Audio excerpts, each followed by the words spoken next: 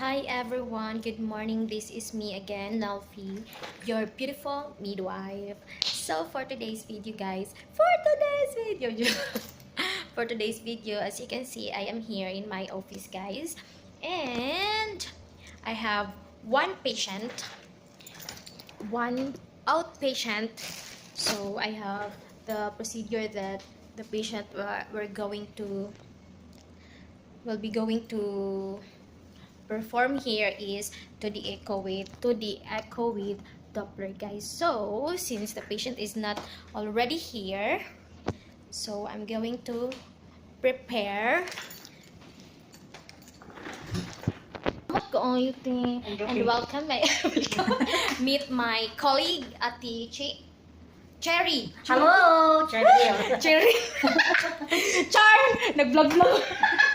Nag-vlog-vlog pa. So, that's Ate Cheryl. She is a teacher, guys. She is a teacher. She is an education graduate.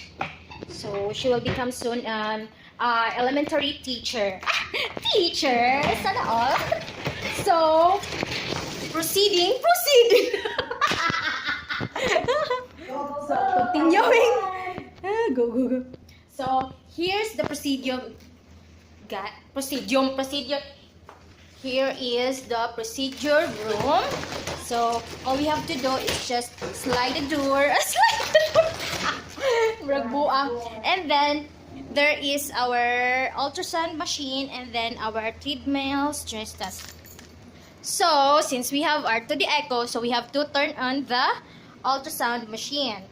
So, and our ultrasound machine, guys. This is my ultrasound. This is our ultrasound machine, and it's very taken care of. And then, so as you can see, it's already turned on, and then let's just wait for the screen to display. So while waiting for the machine, for the ultrasound machine to display, let's prepare for the patient's record. So we have to log it on. So here's to the echo logbook, guys. So first of all, you have to logbook the patient's data, and then after that, we have to put the details in to the echo form. So